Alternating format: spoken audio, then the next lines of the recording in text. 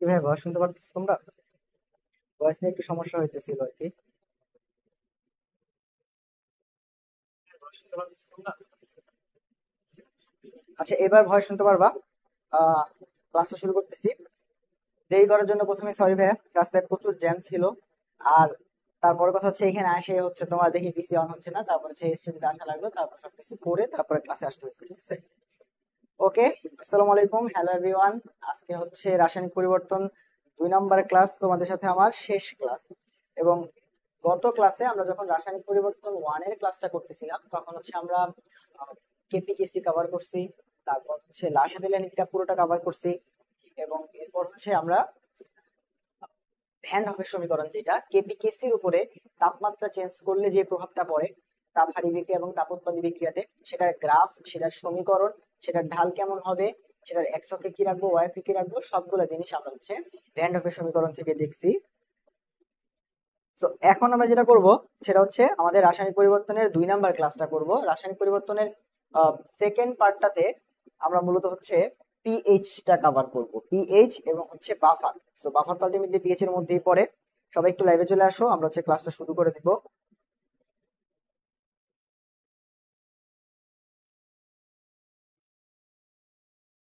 এবার আশা করি সবকিছু ঠিকঠাক আছে, আমরা হচ্ছে ক্লাসটা শুরু করে দিব, বেশি দেরি করব না। তো শুরুতেই আমরা হচ্ছে চলো দেখি যে পিএইচ এবং বাফার এই টপিকটা থেকে এইচএসসি তে বিগত সালগুলোতে অর্থাৎ 2017 সাল থেকে 23 সাল পর্যন্ত কি কি প্রশ্ন আসছে। তো চলো আমাদের প্রতিদিনের মতো আমরা ক্লাসটা শুরু করি। আমরা হচ্ছে যাই দেখি আমাদের কি কি প্রশ্ন আসছে। তো তুমি যদি একটু দেখো যে এখানে আহ এইটুকু পার্ট আমরা কভার করছি 1 নম্বর ক্লাসে। আমাদের আজকের কভার করা টপিক হচ্ছে পিএইচ, পিওএইচ, কেবি, কেডব্লিউ, এগুলো আমরা দেখবো। এবং লাস্টলি হচ্ছে বাফার দমনের ক্রিয়া কৌশল। এই জিনিসগুলো হচ্ছে আমরা আজকে কভার করব। সো তুমি একটু দেখো যে পিএইচ এই টপিকটা থেকে এই চ্যাপ্টারটাতে রাসায়নিক পরিবর্তনের সব থেকে বেশি সিকিউ আসছে এই পিএইচ রিলেটেড। শুধুমাত্র যে সিকিউ আসছে বিষয়টা কিন্তু এরকম না, পিএইচ থেকে কিন্তু এমসিকিউ আসে, পিএইচ থেকে ক খ আসে। তার মানে এই পিএইচটা হচ্ছে খুবই বেশি ইম্পর্টেন্ট। তুমি দেখো এই চ্যাপ্টারে যে প্রত্যেকটা টপিক সবগুলাই 5 স্টার ইম্পর্টেন্ট, সবগুলা থেকেই প্রশ্ন আসবেই আসবে। কিন্তু পিএইচটা থেকে দেখো সব থেকে বেশি প্রশ্ন আসছে, প্রায় 39টার মতো প্রশ্ন আসছে বিগত 6 বছরে। আর বাফার দমন থেকেও কিন্তু কম না, তুমি জাস্ট দেখো বাফার দমন থেকেও প্রায় 37টা প্রশ্ন আসছে সিকিউ, ঠিক আছে? এবং এমসিকিউর সংখ্যা কিন্তু অনেক অনেক বেশি, 42টা 23টা। সো এই হচ্ছে মোটামুটি আমাদের 17 সাল থেকে 23 সাল পর্যন্ত এই চ্যাপ্টারের এই আজকে যে টপিকটা আমরা কভার করব পিএইচ বাফার, সেই টপিক থেকে কি কি প্রশ্ন আসছে। সিকিউ আসছে দেখতেছো সব থেকে হাইয়েস্ট পিএইচ থেকে, এবং এমসিকিউ হাইয়েস্ট আসছে পিএইচ থেকে অন্য টপিকগুলোর মধ্যে, এবং সেকেন্ড হাইয়েস্ট আসছে তোমার কেপিকেসি আর বাফার, ঠিক আছে? সো আজকে আমরা টপিক কভার করব হচ্ছে এই দুইটা। তো চলো আমরা হচ্ছে চলে যাই পিএইচ এর কাছে। ভাই পিএইচ কি, প্রথম প্রশ্নই আমাদের আসবে যে ভাই পিএইচ কি। পিএইচ মানে হচ্ছে তোমরা সবাই জানো যে পিএইচ এই জিনিসটা কি লেখা থাকে, পিএইচ মানে হচ্ছে ঋণাত্মক লগারিদম অফ হাইড্রোজেন আয়ন এর ঘনমাত্রা, যেটা সেইটা।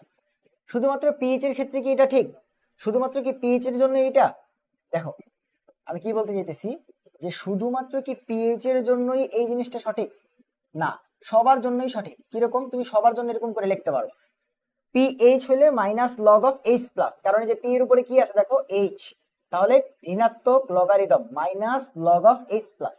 যদি হয় পিওএইচ তাহলে হবে minus log of O H minus. যদি তোমাকে কেউ বলে যে পি কে এ, তাহলে তুমি বলবা যে minus log of K A. তোমাকে যদি বলে কেউ পি কে বি, তুমি বলবা minus log of K B.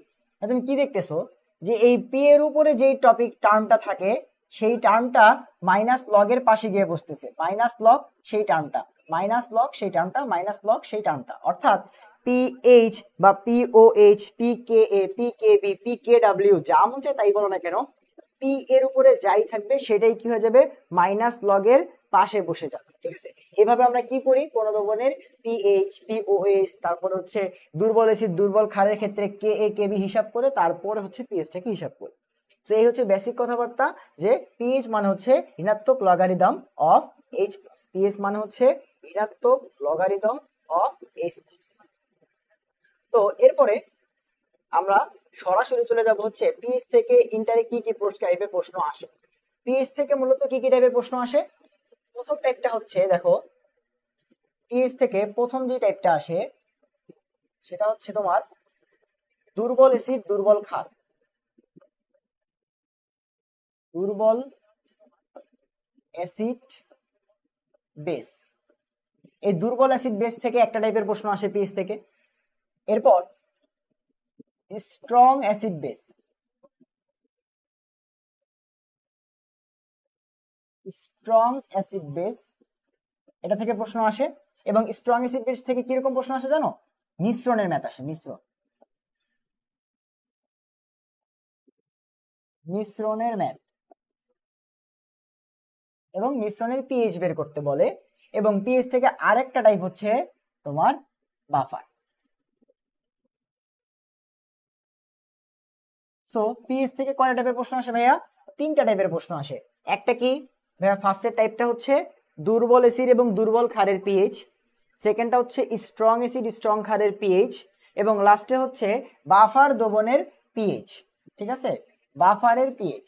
So এই তিন টাইপের প্রশ্ন কিন্তু আসে, দুর্বল অ্যাসিড বেসের পিএইচ, স্ট্রং অ্যাসিড বেসের পিএইচ এবং বাফারের পিএইচ। সো আমরা সিরিয়ালি ফার্স্টে হচ্ছে দুর্বল অ্যাসিডের পিএইচ কিভাবে বের করে সেটা দেখব, এরপরে স্ট্রং অ্যাসিড বেসের পিএইচ কিভাবে বের করে, মিশ্রণের ম্যাথ কিছু করব, এবং এরপরে হচ্ছে আমরা বাফারে যাব আমাদের লাস্ট টপিকে। তো চলো আমরা শুরু করি যে পিএইচ এর বেসিক কনসেপ্ট থেকে।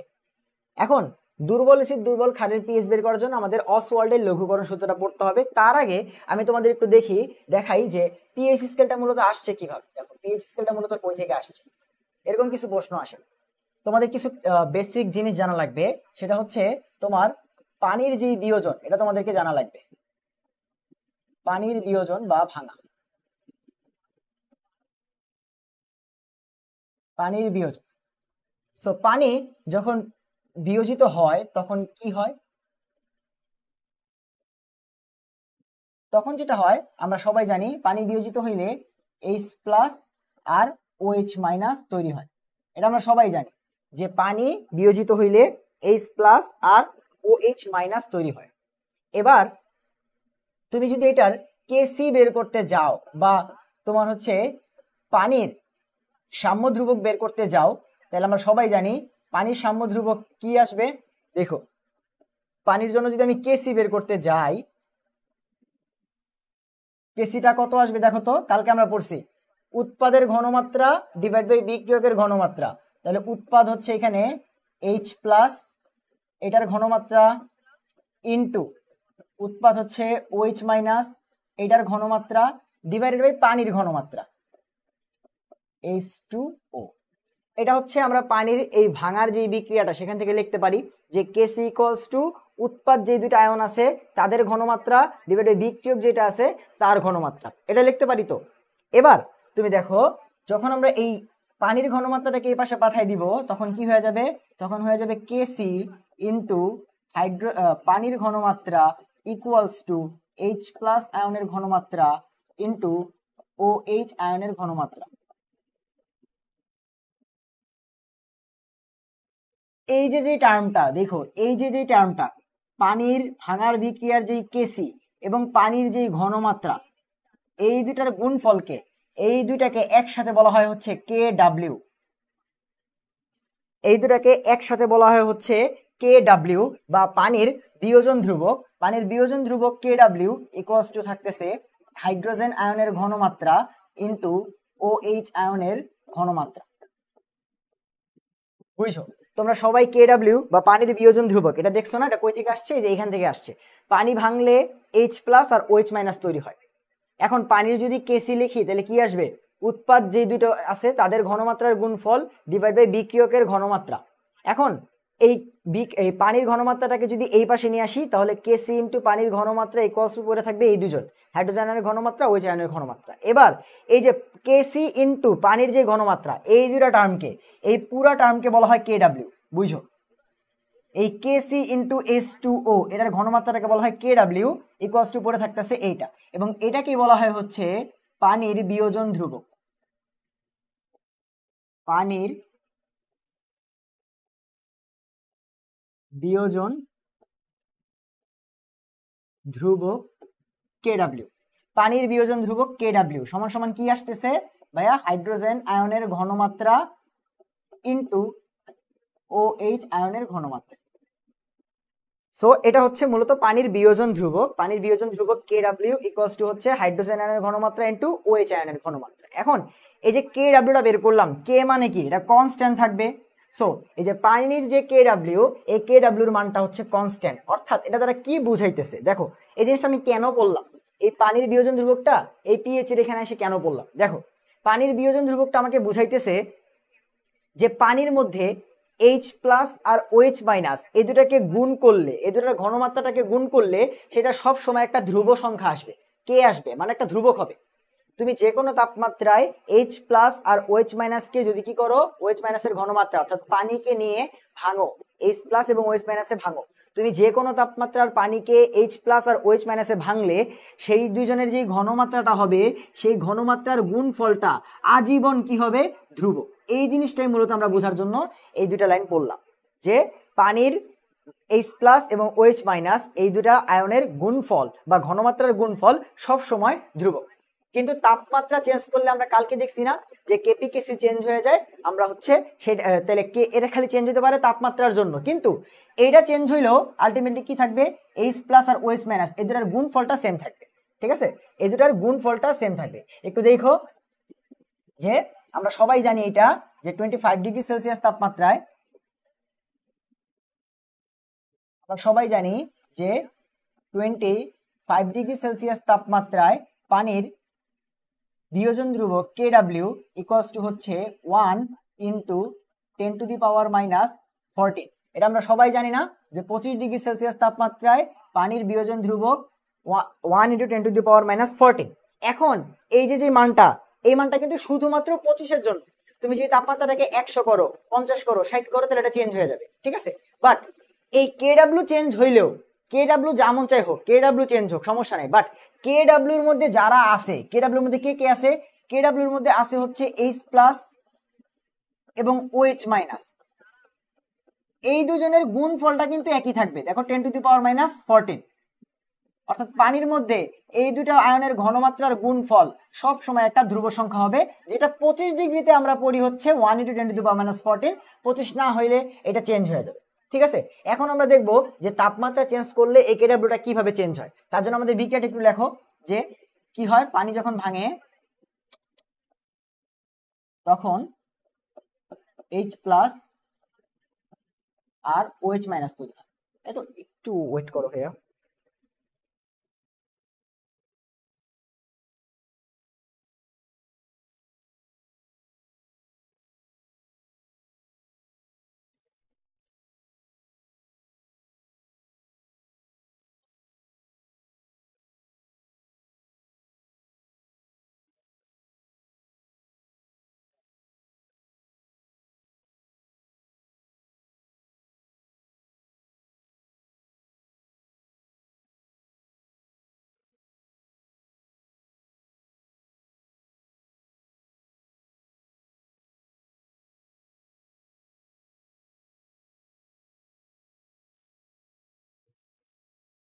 আচ্ছা, তো আমরা যেটা দেখতেছিলাম যে পানির 25 ডিগ্রি সেলসিয়াস তাপমাত্রায় বিয়োজন ধ্রুবক 1 ইন্টু 10 টু দি মাইনাস 14।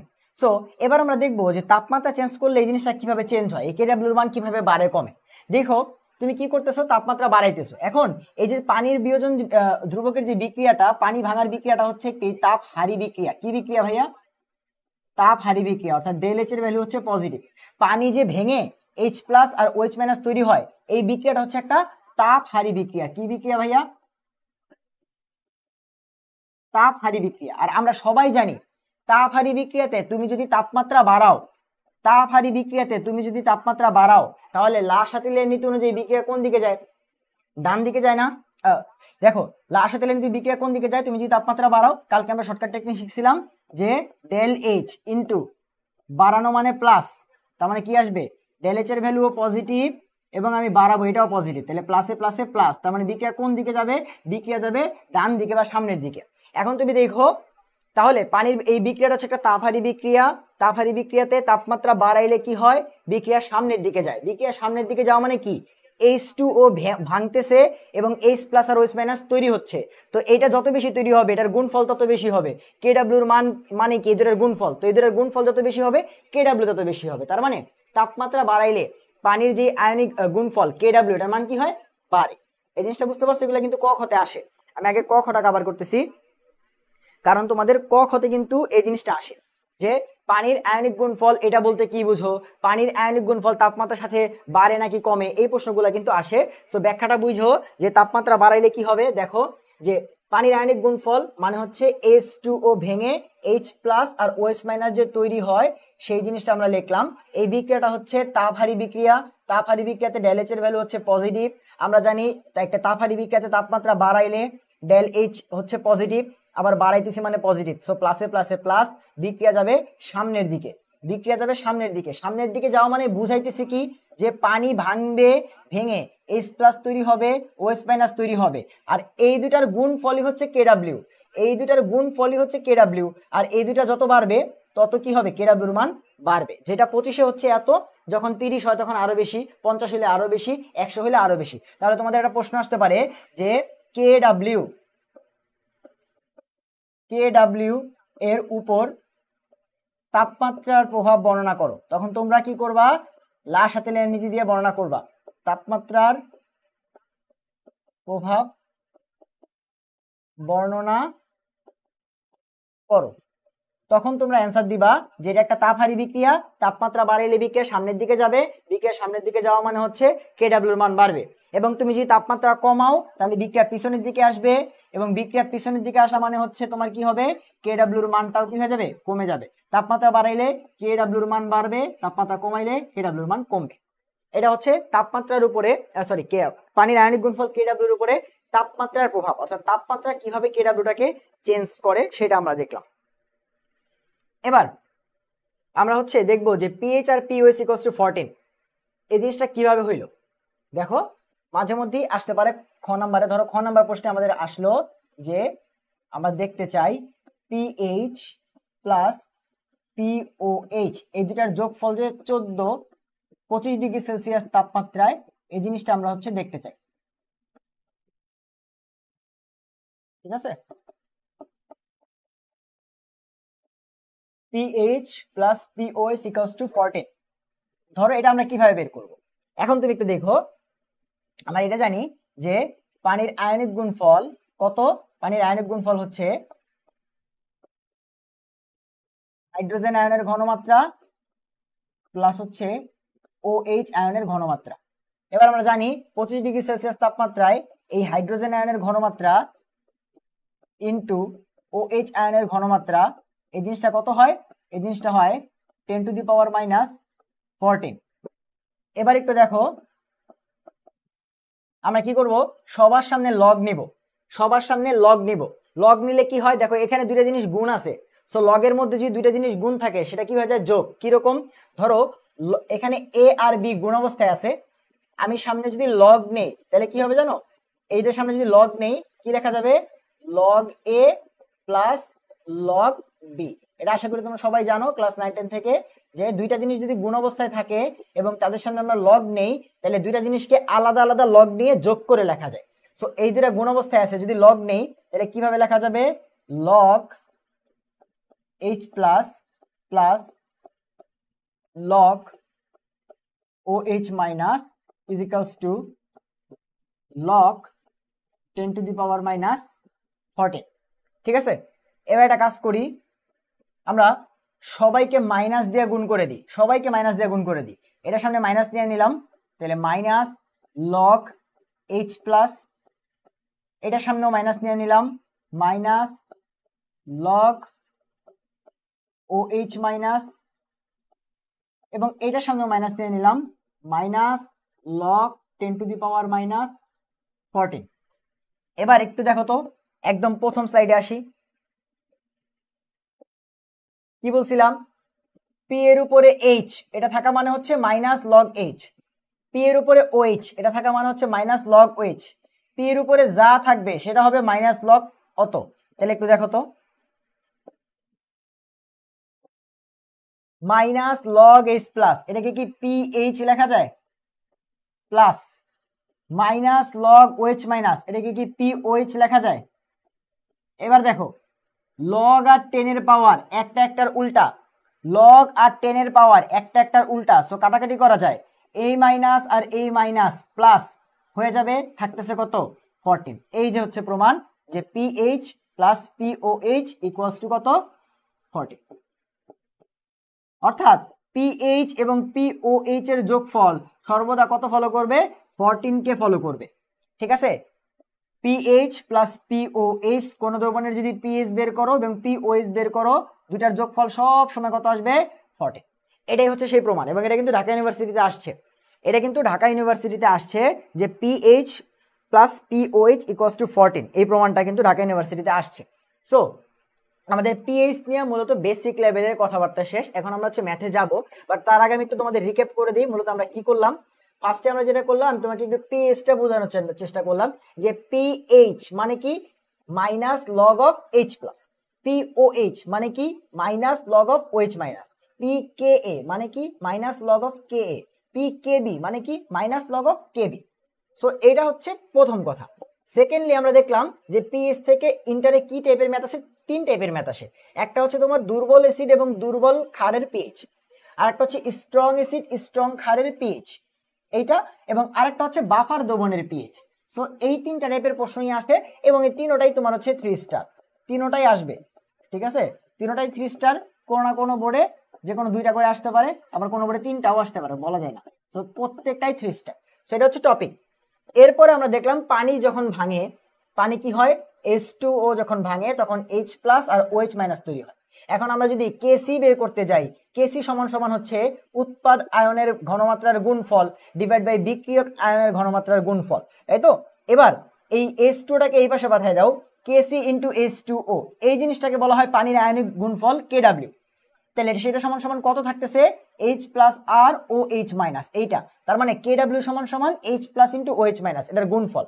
এখন আমরা জানি যে 25 ডিগ্রি সেলসিয়াসে এই কেডাব্লিউর মানটা আসে 10⁻⁻14, তার মানে এইচ প্লাস আর ও এইচ মাইনাস এই দুটার গুণফল 25 ডিগ্রিতে 10⁻14, কিন্তু 25 না হয়ে যদি তাপমাত্রা কম বেশি হয় তখন কত হবে সেটা বোঝার জন্য দেখো আমরা বিক্রিয়াটা আবার লিখলাম যে H2O ভেঙে এইচ প্লাস আর ও এইচ মাইনাস তৈরি হয়, যে বিক্রিয়াটা হচ্ছে একটা তাপহারী বিক্রিয়া। এখন তাপহারী বিক্রিয়াতে ΔH এর ভ্যালু কি ভাই, পজিটিভ। তাপহারী বিক্রিয়াতে তাপমাত্রা বাড়াইলে বিক্রিয়া কোন দিকে যায়, ডান দিকে যায়। ডান দিকে যাওয়া মানে কি, পানি ভাঙতেছে, পানি ভেঙে এইচ প্লাস ওএইচ মাইনাস তৈরি হইতেছে, আর এটা যত বেশি তৈরি হইতেছে তাদের গুণফলের মান তত বাড়বে, এবং সেটা সমান সমান কত হবে, আরো বেশি হবে।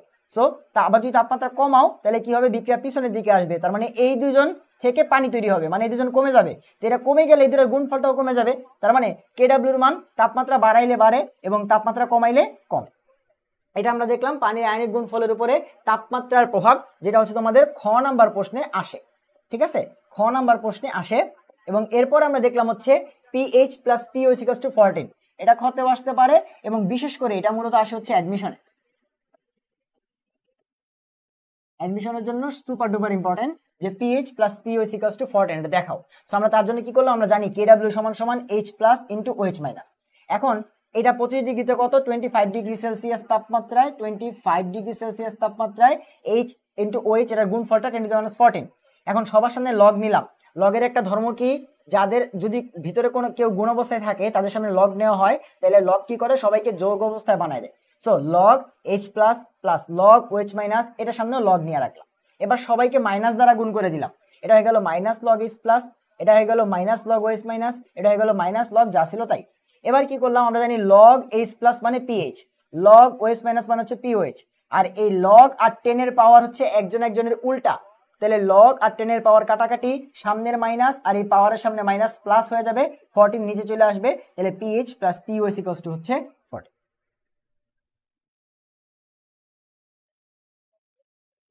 ফ্রিজ হয়ে গেছে,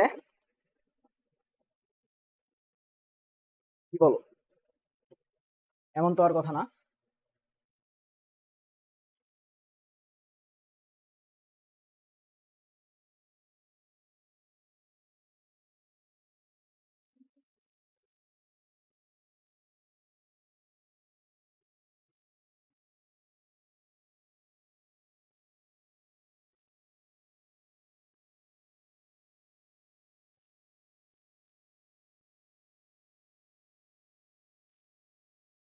আচ্ছা ঠিক আছে, তাও আমি ঠিক করতেছি। ঠিক আছে।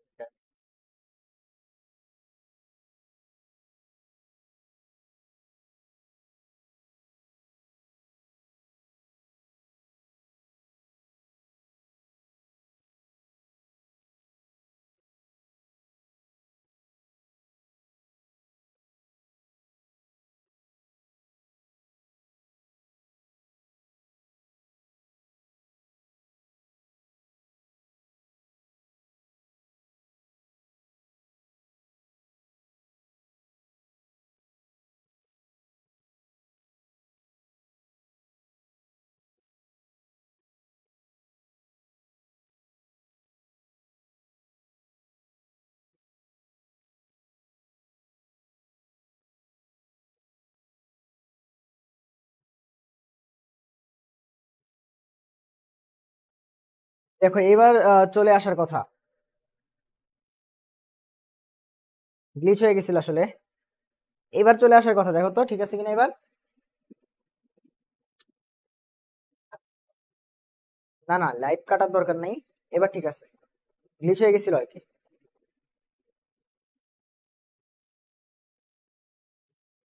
ওকে ঠিক আছে, তাইলে এই হচ্ছে এই প্রমাণটা। এবার আমরা দেখবো হচ্ছে টাইপওয়াইজ কিভাবে ম্যাথগুলা করতে পারি। দেখো পিএইচ থেকে প্রথম টপিক হচ্ছে দুর্বল অ্যাসিড এবং দুর্বল ক্ষারের পিএইচ।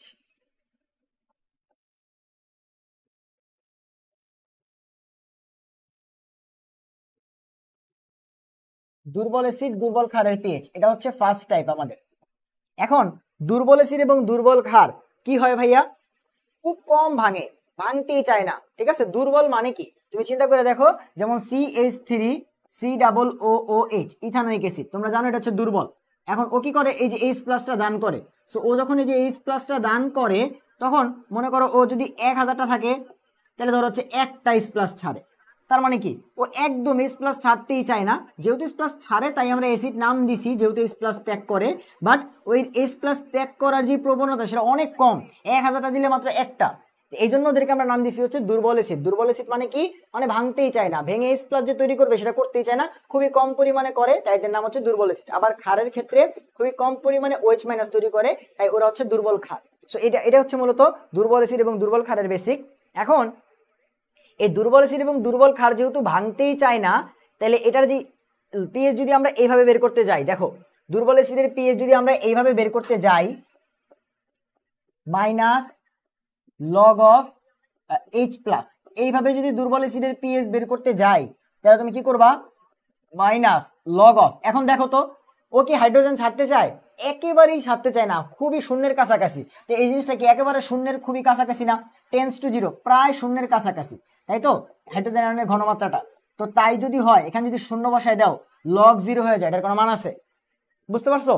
তার মানে এইভাবে যদি তুমি পিএইচটা বের করতে যাও দুর্বল অ্যাসিড এবং দুর্বল ক্ষারের, তাহলে তোমার অ্যান্সারটা রাইট আসবে না। তাহলে কি করতে হবে, তার জন্য আমাদেরকে পড়তে হবে অসওয়াল্ডের লঘুকরণ সূত্র। অসওয়াল্ডের লঘুকরণ সূত্র দিয়ে আমরা চাইলে অন্য একটা টেকনিকে দুর্বল অ্যাসিড এবং ক্ষারের পিএইচটা বের করতে পারি, কিন্তু ডিরেক্ট যদি এটা দিয়ে বের করতে যাও, তাহলে অ্যান্সার কি চলে আসবে, আনডিফাইন্ড চলে আসবে, কোনো অ্যান্সার আসবে না। তো এইভাবে তুমি বের করতে পারবা না, কারণ হচ্ছে এর একটাই রিজন, কারণ হচ্ছে ওরা খুব কম পরিমাণে ভাঙে, এটা হচ্ছে কথা। তো আমরা চলো অসওয়াল্ডের লঘুকরণ সূত্রটা দেখি। সো অসওয়াল্ডের লঘুকরণ সূত্র দেখো,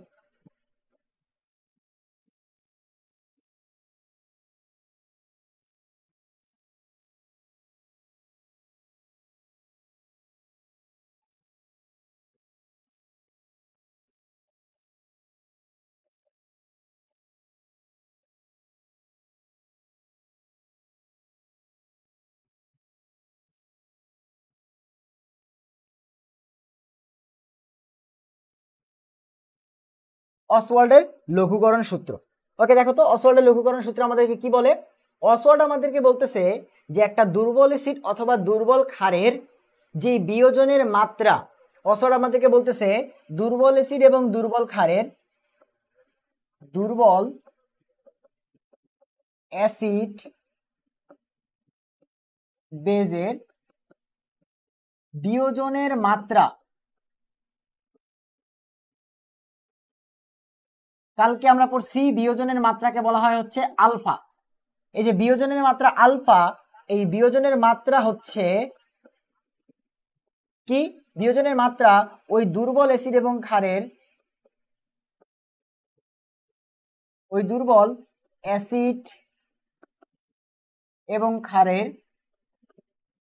ঘনমাত্রার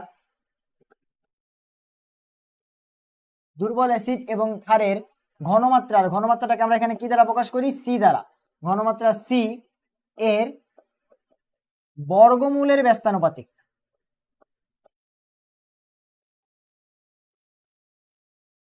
বর্গমূলের ব্যস্তানুপাতিক, এটা হচ্ছে অসওয়াল্ডের কথা। অসওয়াল্ড আমাদেরকে বলতেছে যে দুর্বল অ্যাসিড এবং ক্ষারের বিয়োজন মাত্রা আলফা হচ্ছে ওই দুর্বল অ্যাসিড এবং ক্ষারের যে ঘনমাত্রা আছে সি সেইটার বর্গমূলের ব্যস্তানুপাতিক, অর্থাৎ রুট ওভারের ব্যস্তানুপাতিক। মানে কি ম্যাথমেটিক্যালি দেখো বিয়োজনের মাত্রা হচ্ছে ঘনমাত্রার বর্গমূলের ব্যস্তানুপাতিক। তার মানে alpha is proportional to 1 divided by root over of C. এটা হচ্ছে ম্যাথমেটিক্যালি অসওয়াল্ডের লঘুকরণ সূত্রের কথা।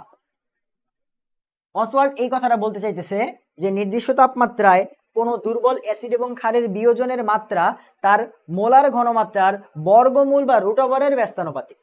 এটা হচ্ছে অসওয়াল্ডের লঘুকরণ সূত্র, এবং এইটা দিয়েই আমরা হচ্ছে কি করব, তোমার দুর্বল অ্যাসিড এবং ক্ষারের পিএসটা বের করবো। তো চলো দেখি সেইটা কিভাবে হইতে পারে, যে এখান থেকে আমরা মূলত কিভাবে দুর্বল অ্যাসিড এবং ক্ষারের পিএসটা বের করতে পারি। সো দেখো আমরা হচ্ছে অসওয়াল্ডের লঘুকরণ সূত্র থেকে কিভাবে কি আসছে সেটা একটু দেখি। আগের প্রথম কথা হচ্ছে অসওয়াল্ডের লঘুকরণ সূত্রটা আসলো কই থেকে, যদি তুমি না বুঝো তাহলে হচ্ছে তোমার মানে থাকবে না যে আলফা প্রপোর্শনাল টু 1/√c মুখস্থ করে চলে গেল, বাট কই থেকে আসছে সে যদি দেখো তাহলে বুঝবা যে না ঠিক আছে, তার কথাবার্তা সবকিছু ঠিক আছে। তো দেখো আমরা একটা দুর্বল অ্যাসিড নিলাম, ধরো হচ্ছে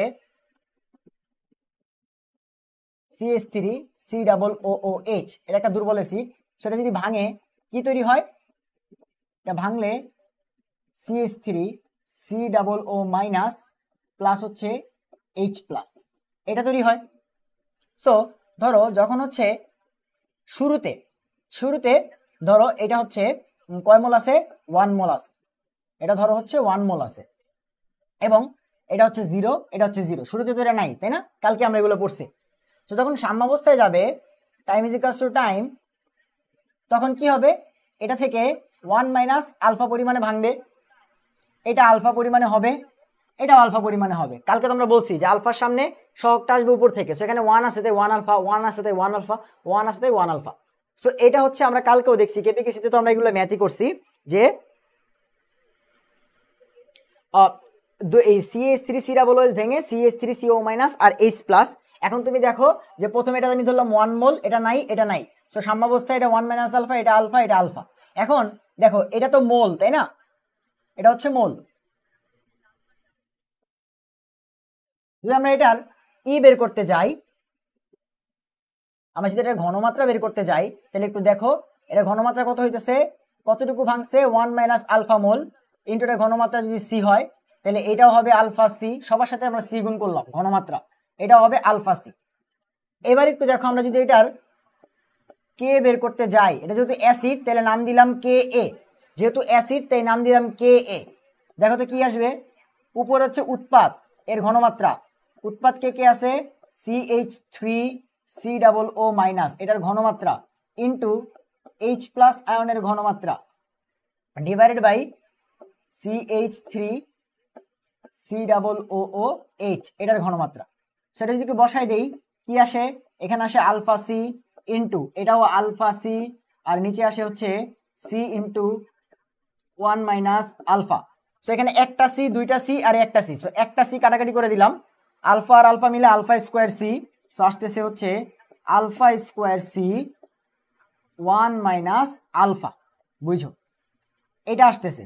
এখন এটা একটু সাইডে নিয়ে আসি আমরা, যে কি আসতেছে, কে এর যে মানটা আসতেছে এখান থেকে সেটা আসতেছে হচ্ছে alpha square C 1 minus alpha.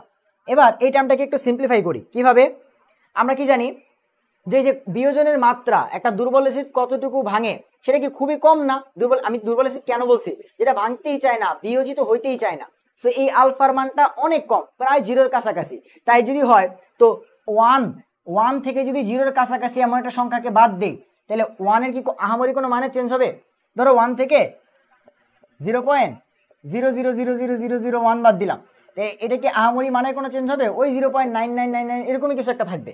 So 1 minus alpha, 1-এর থেকে আলফা যেহেতু অনেক ছোট, আলফা যেহেতু প্রায় টেন্স টু 0, তাই আলফাটাকে বাদ দিলেও এখানে কিছু হবে না, দিলেও কিছু হবে না। তাই যদি হয় তাহলে কে এ ইকুয়ালস টু কত আসবে?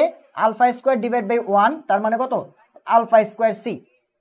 তাহলে এখান থেকে দেখো তো কত আসলো। ওয়েট, পরের পৃষ্ঠায় চলে যাই, আমরা এটাই কপি করি। তাহলে কি আসলো আমাদের আসলো হচ্ছে K a equals to alpha square C. এখন আমরা সবাই জানি যে একটা সমান চিহ্ন যদি উঠায়া আমরা কি আনতে চাই, তোমার সমানুপাতিক চিহ্ন আনতে চাই, তাহলে কি করতে হয়, তোমাদের এই একটা ধ্রুবক লাগে এবং সমান চিহ্নকে উঠাই দিতে হয়। তো এই পাশে 1 পরে থাকবে, তার বদলে নিয়ে আসলাম সমানুপাতিক চিহ্ন equals to alpha square C. তো এখান থেকে তুমি যদি দেখো আলফা স্কোয়ার প্রপোর্শনাল টু সিটাকে এবার 1-এর নিচে পাঠিয়ে দাও, 1/c, তার মানে আলফা প্রপোর্শনাল টু রুট করে দাও, এখানে রুট করে দাও, কত আসবে? √c। এইটা হচ্ছে অসওয়াল্ডের কথা এবং প্রমাণ যে অসওয়াল্ডের লঘুকরণ সূত্রটা আসছে কই থেকে। দেখো আমরা ফার্স্টে কি দেখলাম, অসওয়াল্ডের বাংলা কথাটা, যে ও বলতেছে দুর্বল অ্যাসিড এবং দুর্বল ক্ষারের যে বিয়োজনের মাত্রা আলফা, সেটা হচ্ছে দুর্বল অ্যাসিড এবং দুর্বল ক্ষারের ঘনমাত্রার বর্গমূল বা √এর ব্যস্তানুপাতিক। এবং এখানে সেই প্রুফটাই করলাম যে 2-3 লাইন ক্যালকুলেশন করে আমরা সেখানে আলটিমেটলি আসলাম। এখন এইখান থেকে ঘনমাত্রাটা কত আসে দেখো তো, এই ঘনমাত্রাটা কত আসতেছে? সি আলফা, এই হাইড্রোজেন আয়নের ঘনমাত্রাটা দেখো তো কত ছিল? আলফা সি ছিল না? হাইড্রোজেন আয়নের ঘনমাত্রা আলফা সি, হাইড্রোজেন আয়নের ঘনমাত্রা আলফা সি। সো পিএইচ যদি বের করতে যাই, তাহলে পিএইচ সমান সমান কি লিখতে পারতেছি? পিএইচ সমান সমান minus log of H plus, তাই তো? এবং বিক্রিয়ার মধ্যে আমরা দেখতেছি যে এইচ প্লাসের জায়গায় কত আছে? Alpha C. সো বসাই দিলাম আলফা সি। এই দেখো এই দুর্বল অ্যাসিডের হাইড্রোজেন আয়নের ঘনমাত্রা কত? Alpha C. সো সেই আলফা সিটা বসাই দিলাম, এখানে আলফা সি বসাই দিলাম। তাহলে এইভাবে আমরা দুর্বল অ্যাসিডের পিএইচ বের করব। কি করব? দুর্বল অ্যাসিডের ঘনমাত্রা আর আলফার মান বসায় বের করব। এবং যদি কে এ দেওয়া থাকে তাহলে এই সম্পর্কটা থেকে বের করব। দেখো K a equals to alpha square C, এই সম্পর্কটাকে ইউজ করে আমরা বের করব। সেখান থেকে চাই আমরা আরেকটু কাজ করতে পারি। এখান থেকে আলফা সির মানটা কত আসে দেখো তো, এখান থেকে আলফা সি কত আসে? একটা আলফা এই পাশে পাঠিয়ে দাও, কে এ ডিভাইড বাই আলফা, এটা আসে না? দেখো একটা আলফাকে এই পাশে পাঠিয়ে দাও, তাহলে কত আসে? আলফা সি সমান সমান কে এ ডিভাইড বাই আলফা। সো এই মানটাও চাইলে তুমি কি করতে পারো, এখানে বসাই দিয়ে ম্যাথ করতে পারো, একই অ্যান্সার আসবে। আমাদের কাজ কি? আমাদের যদি দুর্বল অ্যাসিডের, দেখো আমি ক্লিয়ার করে দিচ্ছি, আমাদের যদি দুর্বল অ্যাসিড এবং ক্ষারের পিএইচ বের করতে বলে, তোমার কি কি লাগবে? যে কোনো দুইটা জিনিস লাগবে, হয় কে এ লাগবে, নাইলে আলফা লাগবে, নাইলে সি লাগবে। এবার বুঝো, এখন যে কথাগুলো বলবো ম্যাথের জন্য ইম্পর্টেন্ট। দুর্বল অ্যাসিড এবং দুর্বল ক্ষার, অর্থাৎ উইক অ্যাসিড এবং উইক বেস, এদের পিএইচ বের করার জন্য যে কোনো দুইটা জিনিস লাগবে। এই তিনটার মধ্যে হয় আলফা নয়তো সি, যে কোনো দুইটা, হয় কে এ আর আলফা, নয়তো সি, নয়তো হচ্ছে আলফা সি, যে কোনো একটা কিছু দিলেই হবে। কিন্তু জাস্ট এখান থেকে দুইটা জানলেই হবে, দুইটা। দুর্বল অ্যাসিড এবং দুর্বল ক্ষারের পিএইচ বের করার জন্য এখান থেকে যে কোনো দুইটা জানতে হবে। যদি দুইটা না জানতে পারো তাহলে বের করতে পারবা না। প্রশ্নে দুইটা দেওয়া থাকবে, কোনো সমস্যা নেই। কিরকম? ধরো আমরা হচ্ছে একটু ম্যাথ প্র্যাকটিস করি, তাইলেই বুঝবো যে কিরকম।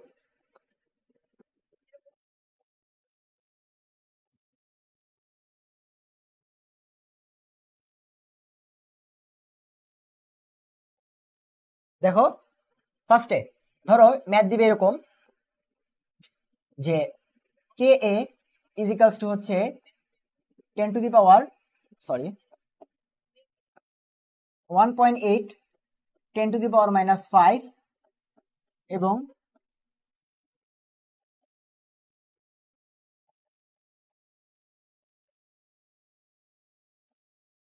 এবং CH3COOH এর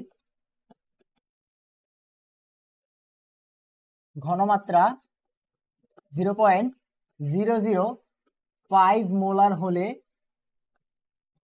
পিএইচ কত? আমাদের কাছে প্রশ্ন হচ্ছে এইটা। দেখো দুর্বল অ্যাসিডের পিএইচ বের করার জন্য আমাদের কি কি দিছে একটু দেখো তো ভাইয়া।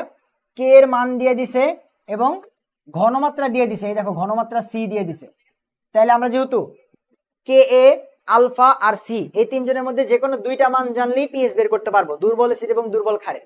তাহলে আমরা দুইটা জানি, তাহলে আমাদের কাজ কি? আমাদের কাজ হচ্ছে বাকিটা বের করে ফেলা। আমরা কি জানি? কে এ ইকুয়ালস টু হচ্ছে আলফা স্কোয়ার সি। আমি সি জানি আর কে এ জানি, জানি না হচ্ছে আলফা। তাহলে আলফা ইজ ইকুয়ালস টু কত আসে দেখো তো? Root over of K A divided by C আসে কিনা?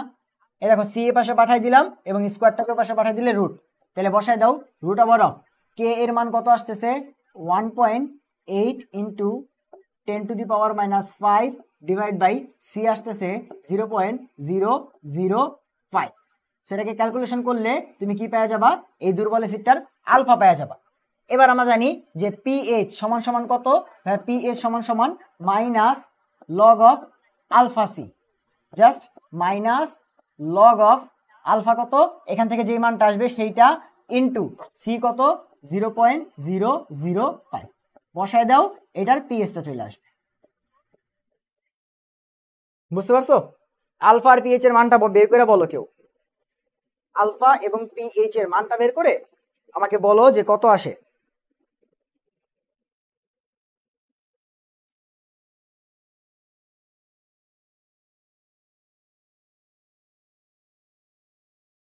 ক্যালকুলেটর যার কাছে আছে ম্যাথটা করো, দেখো কত আসে। সো এখান থেকে বেসিক কথা হচ্ছে যে পিএইচ অথবা পিওএইচ, দুর্বল অ্যাসিডের পিএইচ বের করতে বলুক আর পিওএইচ বের করতে বলুক, তোমার যে কোনো দুইটা জিনিস জানা লাগবে। অ্যাসিড হইলে কে এ আলফা অথবা সি, এর মধ্যে যে কোনো দুইটা। আর ক্ষার হইলে নাম হচ্ছে কে বি আলফা আর সি, এর মধ্যে যে কোনো দুইটা জানলেই তুমি কি করতে পারবা? পিএইচ, এই অ্যাসিডের ক্ষেত্রে বের করতে পারবা পিএইচ, আর ক্ষারের ক্ষেত্রে তোমাকে আগে পিওএইচ বের করতে হবে। এবং তারপরে আমরা একটা সম্পর্ক একটু আগে পড়ে আসছি, পিএইচ আর পিওএইচ যোগ করলে কত হয় ভাইয়া? 14। সো তুমি কি করবা? সেখান থেকে 14 থেকে পিএইচ কে বাদ দিলেই, তো পিওএইচ কে বাদ দিলেই তুমি পিএইচটা পেয়ে যাবা। আচ্ছা, আলফা যতই আসুক না কেন তুমি হচ্ছে সেই মানটা বসাই দিলেই কি পেয়ে যাবা? এই যে দুর্বল অ্যাসিডের পিএইচটা পেয়ে যাবা। আচ্ছা, আলফা 0.06 বলছো, 0.06, আর আলফার মানটা এখানে বসাই দেখো পিএইচ কত আসে।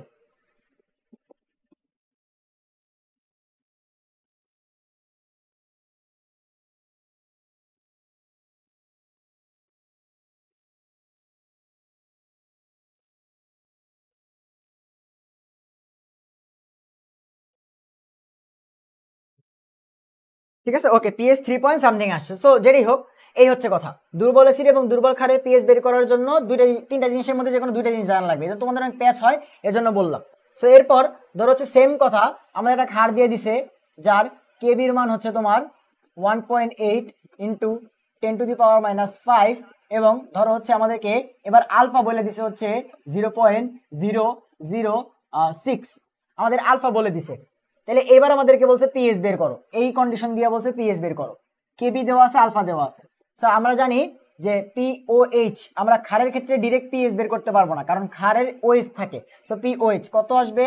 Minus log of OH minus. So আমরা জানি অসওয়াল্ডের সূত্র থেকে মাইনাস লগ অফ, এটা কত আসছিল? Alpha C. সো আমাদের আলফা লাগবে, সি লাগবে। আলফা আছে, কেবি জানি, সি বের করতে হবে। তার জন্য একটু ম্যাথ করে আসি।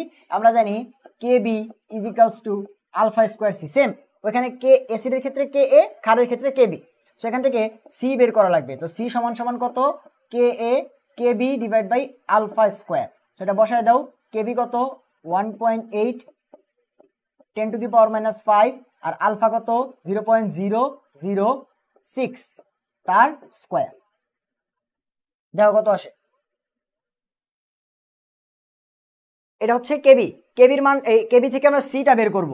সো এইখানে যে সিটা আসবে সেই সিটাকে নিয়ে ধরে এখানে বসায় দাও, তাহলে পিওএইচ পেয়ে যাবা। লগ অফ আলফা কত? 0.006, আর ওই যে সেখানে যে সি এর মানটা আসবে সেটা এখানে বসায় দাও, তাহলে তুমি পেয়ে যাবা পিওএইচ। আর পিওএইচ যখন পেয়ে যাব তখন আমরা লিখবো যে আমরা জানি পিএইচ আর পিওএইচ সে দুটাকে যোগ করলে আসে হচ্ছে 14। তো সেখান থেকে পিএইচ সমান সমান আসবে 14 মাইনাস পিওএইচ। এই যে এই মানটা যেটা পাবো, এই যে এখানে যে মানটা পাবো পিওএইচ এর, সেটা এখানে বসাই দিব। বসাই দিলে আমাদের পিএইচটা চলে আসবে। বুঝছো? তাহলে টোটাল সিস্টেমটা বুঝো। এখানেও সেম কাহিনী, খালি ক্ষারের ক্ষেত্রে ডিরেক্ট পিএইচ বের করা যায় না, পিওএইচ বের করে 14 থেকে বাদ দিয়ে তারপরে বের করতে হয়, এতটুকুই পার্থক্য। বাকি সব দেখো সেম, এতটুকু পর্যন্ত তো সেম, খালি এখানে এক্সট্রা তোমাকে 3টা লাইন ক্যালকুলেশন করতে হবে ক্ষারের ক্ষেত্রে, কারণ ক্ষারে পিওএইচ বের করতে হয় আগে এবং এরপরে পিএইচ থেকে 14 থেকে বাদ দিয়ে পিওএইচ বাদ দিয়ে তারপরে পিএইচটাকে বের করতে হয়, বুঝছো? দুর্বল অ্যাসিড এবং দুর্বল ক্ষারের পিএইচ, কেএ, কেবি, আলফা এবং সি, এই কাহিনীগুলো আমাদের শেষ। তার মানে দুর্বল অ্যাসিড এবং দুর্বল ক্ষার এটা আমাদের কমপ্লিট। তাহলে আমরা একটু দাগ দেই, আমরা কই ম্যাপিং গুলা করতেছিলাম,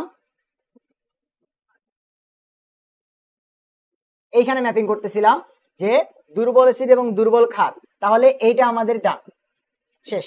দুর্বল অ্যাসিড এবং দুর্বল ক্ষারের যে কনসেপ্ট সেটা শেষ। এবার আসলে স্ট্রং অ্যাসিড স্ট্রং বেস, এটা থেকে মাস্ট প্রশ্ন আসবেই আসবে, এটা কোনো নাই, মিশ্রণে ম্যাথ আসবে, পাত্র দিয়ে ম্যাথ আসবে, ঠিক আছে, কোনো কথা নাই। স্ট্রং অ্যাসিড স্ট্রং বেস থেকে প্রশ্ন আসবেই, জাস্ট যাবা পারলেই প্রশ্ন দিতে পারবা। তো চলো আমরা শুরু করে দিই স্ট্রং অ্যাসিড স্ট্রং বেস। আচ্ছা, স্ট্রং অ্যাসিড স্ট্রং বেসে কোনো ঝামেলা নাই ভাই, তোমার এই দুইটা ফর্মুলা দিয়ে ম্যাথ হয়ে যাবে। আমরা সবাই জানি যে পিএইচ সমান সমান minus log of H plus আর পিওএইচ সমান সমান minus log of OH minus, এই দুইটা ফর্মুলা দিয়ে তোমার ম্যাথ হয়ে যাবে, ঠিক আছে। পিএইচ আর পিওএইচ এই দুটা ফর্মুলা দিয়ে হয়ে যাবে, কারণ স্ট্রং অ্যাসিড স্ট্রং বেসে কোনো আলফা সি এসবের ঝামেলা নাই, খুবই ইজি। সো ম্যাথ করার প্রসিডিউরে গিয়ে তোমাদের প্যাচ লাগে, তোমাদের প্যাচটা লাগে ম্যাথ করতে গিয়ে কিরকম। তাহলে চলো আমরা ডিরেক্ট ম্যাথ নিয়ে ফেলি। আমাদের ধরো এখানে দুইটা পাত্র আছে,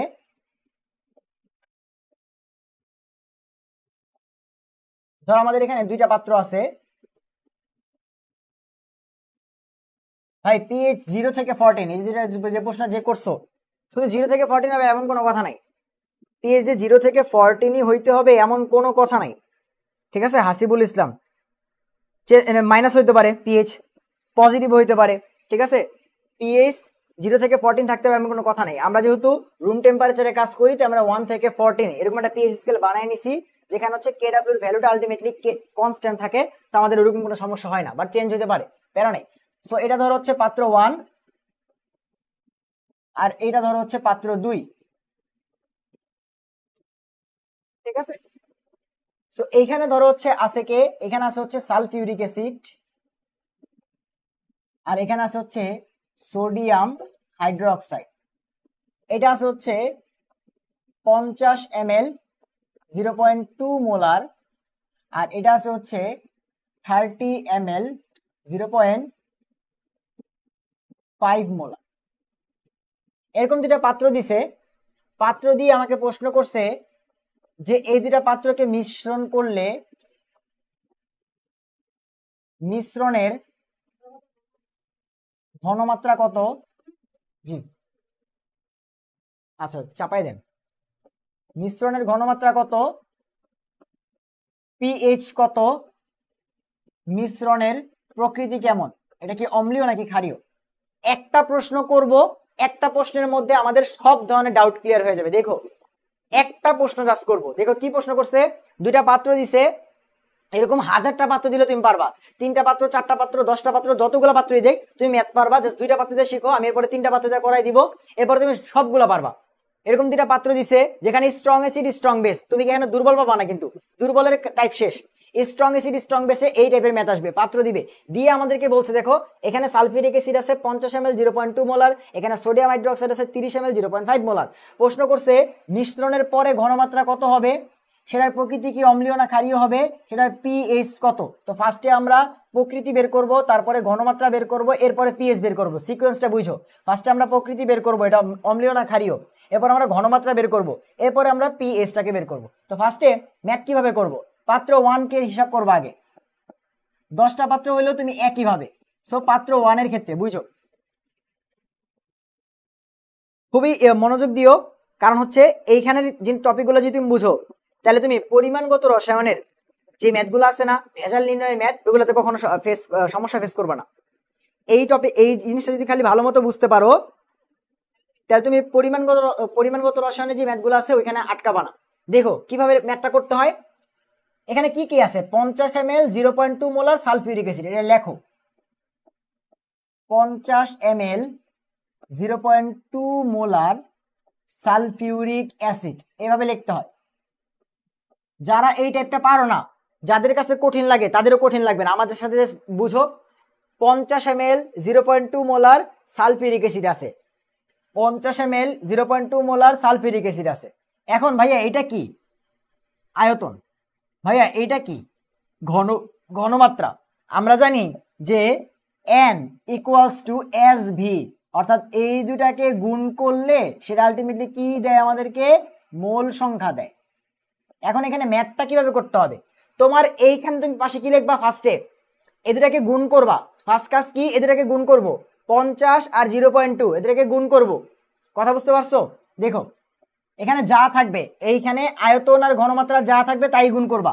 50 ইন্টু 0.2 এবং সাথে কি লিখবো, ml লিখবো, ml, এখানে যে mlটা ছিল সেই ml লিখবো এবং এখানে লিখবো 1 মোলার এবং সালফিউরিক অ্যাসিড ছিল, সালফিউরিক অ্যাসিডই থাকবে। দেখো বুঝতে পারছো কিনা যে এখানে ফার্স্টে লাইনটা কি লিখবো, ম্যাথ ইজি হয়ে যাবে। ঠিক আছে, একবার বুঝলে এগুলো কিন্তু অনেক ইজি। অনেকে বলো যে ভাই এই জিনিসটা বুঝি না, এই জিনিসটা কিন্তু অনেক ইজি। ঠিক আছে, সো এই গুণটা একটু করো, দেখো কত আসে, 50 আর 0.2 গুণ করলে কত আসবে, 10। So 10 ml 1 molar sulphuric acid. তোমার প্রশ্ন হচ্ছে ভাইয়া এই জিনিসটা থেকে আপনি এই জিনিসটা যে লিখছেন এটা কি ভুল হয় নাই? দেখো ভুল হয় নাই, কেন হয় নাই, কারণ 50 আর 0.2 এটা গুণ করলেও 10 আসবে, আর 10 আর 1 গুণ করলেও কত আসবে, 10 একে 10ই আসবে। বুঝছো, 50 আর 0.2 এদেরকে গুণ করলেও 10 আসবে, আর 10 আর 1 এটা গুণ করলেও 10 আসবে। তোমার প্রশ্ন হইতে পারে ভাইয়া তাহলে যদি দুইটা জিনিস একই হয় তাহলে আপনি এই 50 ml 0.2 মোলারকে কেন 10 ml 1 মোলার সালফিউরিক অ্যাসিড লিখলাম? এই প্রশ্নটার অ্যান্সার আমি একটু পরেই দিব তোমাদের, এই প্রশ্নটার অ্যান্সার আমি একটু পরে দিব তোমাদের, জাস্ট একটু ওয়েট করো। তার আগে আমি একটু 2 নম্বর পাত্রটাকে নিয়ে লিখি। দেখো তো পাত্র 2 এর অবস্থা কি,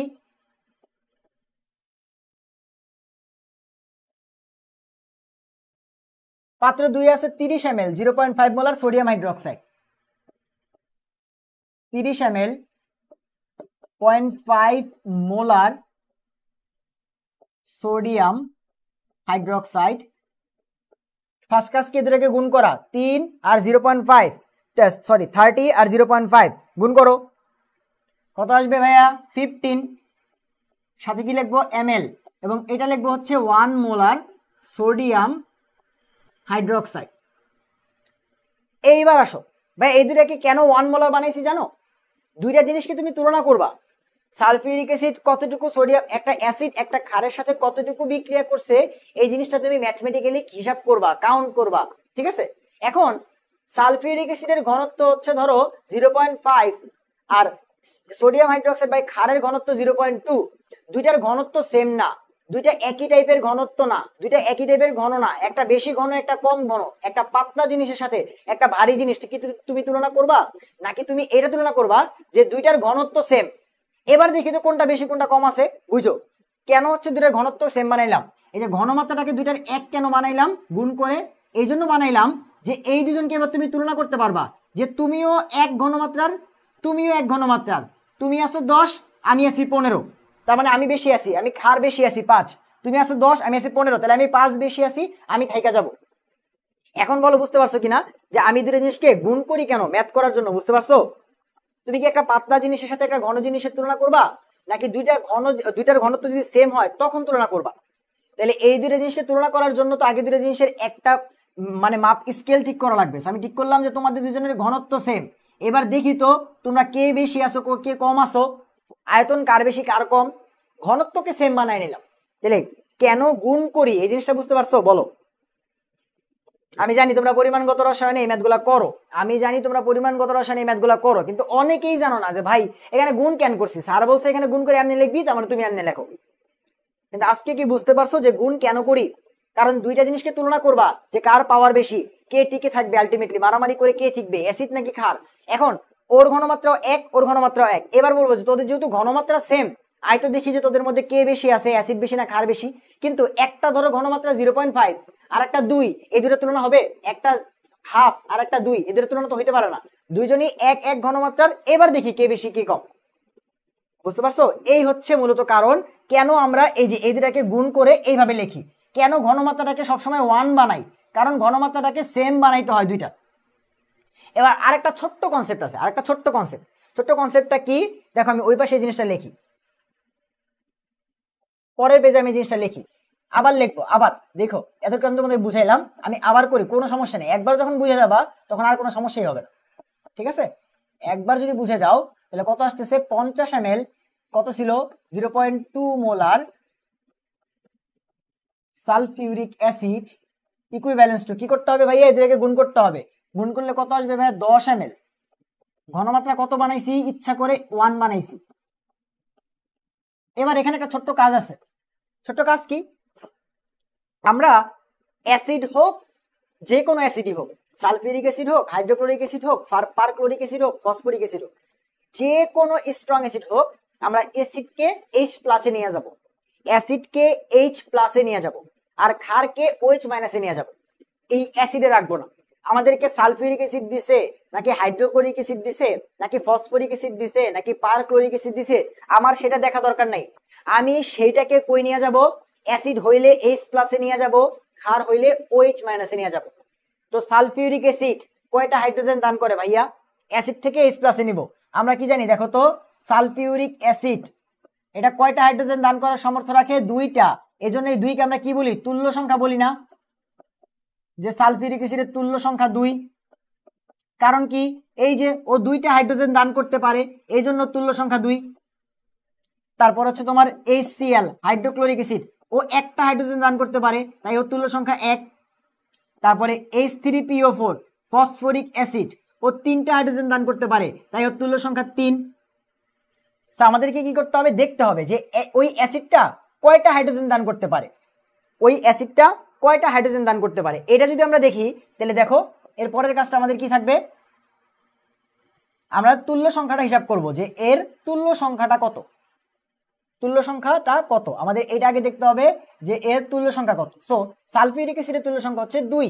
সো 2 যদি সালফিউরিক অ্যাসিডের তুল্য সংখ্যা হয়, তাহলে কি করতে হবে আমাদের, এইটাকে যেহেতু H+ নিব, দেখো আমরা সবকিছুকে সব অ্যাসিডকে H+ নিয়ে যাব, তাহলে এখন কিন্তু সালফিউরিক অ্যাসিড নাই, H+।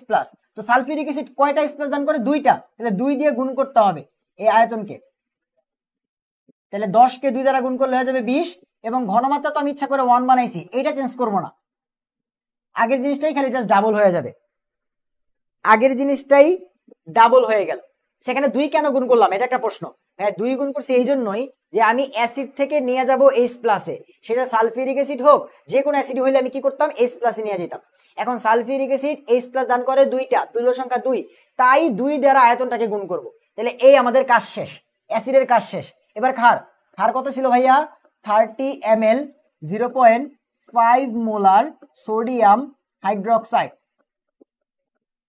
কত ছিল ভাইয়া, 15 ml, দুটাকে গুণ করো, দুটাকে গুণ করলে আসবে 15 ml 1 মোলার সোডিয়াম হাইড্রোক্সাইড। এবার বুঝো ভাইয়া, এবার বুঝো সোডিয়াম হাইড্রোক্সাইড কয়টা OH দান করতে পারে ভাইয়া, ওর মধ্যে OH আছে একটা, তাহলে 1 দ্বারা গুণ করলে এটা চেঞ্জ হবে, কত থাকবে, 15 15ই থাকবে, 1-এর 1ই থাকবে। এবং এই এটাকে আমরা কি লিখতে চাবো, এটা আমরা কি লিখবো, এটা আমাদেরকে লিখবো হচ্ছে OH-। তাহলে দেখো যেই ক্ষারই দেখ না কেন আমরা নিয়ে যাব OH-, যেই অ্যাসিড দেখ না কেন আমরা নিয়ে যাব H+। এটা করলে আমাদের তুলনা করাটা সহজ হবে, এটা করলে আমাদের তুলনা করা সহজ হবে। এইবার তুমি তুলনা করো, দেখো তো একটা H+ আর একটা OH-, দুজনকে একজন একজনকে দমায় ফেলে, একটা H+ আর একটা OH- কে পাইলে কি করে, দুইজনের পাওয়ারটাকে শেষ করে দেয়। দেখো H+ এটা কার মতো হইতে চায় ভাইয়া, এটা অ্যাসিডের পাওয়ার দেখাইতে চায়। OH- এটা কার পাওয়ার দেখাইতে চায় ভাইয়া, ক্ষারের পাওয়ার দেখাইতে চায়। তাহলে তখন যখন দুইজন পাওয়ার দেখাইতে যায় তখন কি করে, দুজন মিলেমিশে একজন, যেহেতু দুজনের পাওয়ার সেম, তাহলে একজনও পাওয়ার দেখাইতে পারে না, ওই জিনিসটা কি হয় না, অ্যাসিডও হয় না, বেসও হয় না। এই দুজন একসাথে মিলে কি বানায় ফেলে, পানি। এবং আমরা সবাই জানি পানি অ্যাসিডও না, পানি বেসও না। তার মানে H+ আর OH- দুজনের পাওয়ার সেম। সো একটা H প্লাস আর একটা OH মাইনাস কে কি করে ফেলতে পারে, দমায় ফেলতে পারে, শেষ করে ফেলতে পারে, ঠিক আছে। সো তাই যদি হয়, দেখো একটা H প্লাস যদি আরেকটা OH মাইনাস কে দমায় ফেলতে পারে, তার মানে আলটিমেটলি মোট কথা হচ্ছে H প্লাস এর পাওয়ার যা, OH মাইনাস এর পাওয়ার সেম, এবং H প্লাস আর একটা OH মাইনাস দুজন একজন একজনকে দমায় ফেলে কি বানায় ফেলে, পানি। সো এখানে এবার তুলনা করো, H প্লাস আছে 20 ml, দেখো H প্লাস আছে 20 ml 1 মোলার, আর OH মাইনাস আছে 15 ml 1 মোলার, বলো কে জিতলো? দুজনের ঘনত্ব সেম 1 1, তুলনা করতে পারবো। এবার ঘনত্ব বাদ, ও আছে 20 ও আছে 15, কে বেশি থাকবে বলো, কে বেশি থাকবে এটা বলো? H প্লাস বেশি থাকবে নাকি OH মাইনাস বেশি থাকবে? H প্লাস বেশি থাকবে, তাহলে আমরা বলবো H প্লাস অবশিষ্ট থাকবে।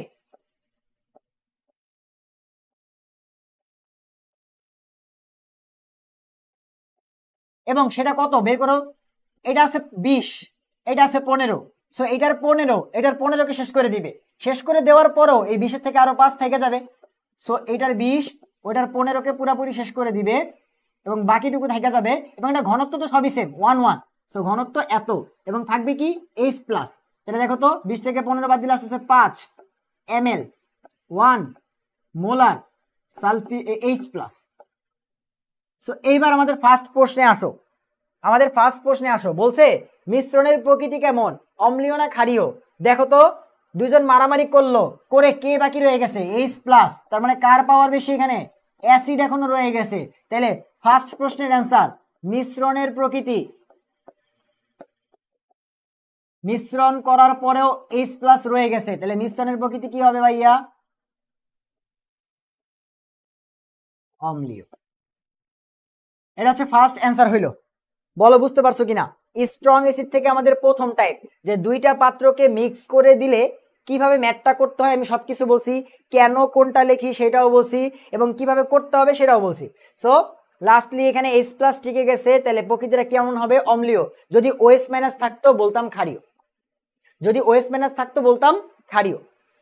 তাহলে আমরা একটা কাজ করি, আমরা আর একটা ম্যাথ এই সেম টাইপের করি। ধরো হচ্ছে এখানে আমাদের একটা পাত্র দেওয়া আছে, এখানে আমাদের আরেকটা পাত্র দেওয়া আছে, এখানে আমাদের আরেকটা পাত্র দেওয়া আছে, এই ম্যাথটা করলে তোমাদের ক্লিয়ার হয়ে যাবে। সো এখানে আছে ধরো হচ্ছে HCl, এখানে আছে ধরো হচ্ছে H2SO4, এবং এখানে আছে ধরো হচ্ছে সোডিয়াম হাইড্রোক্সাইড, এটা আছে ধরো হচ্ছে 30 ml 0.1 মোলার, এটা আছে হচ্ছে 10 ml 0.5 মোলার, এটা আছে ধরো হচ্ছে 50 ml 0.25 মোলার। তিনটা পাত্র দিছে, দিয়া বলছে এদেরকে মিক্স করছি, মিশ্রণে প্রকৃতি বলো। আগের প্রশ্ন সেম।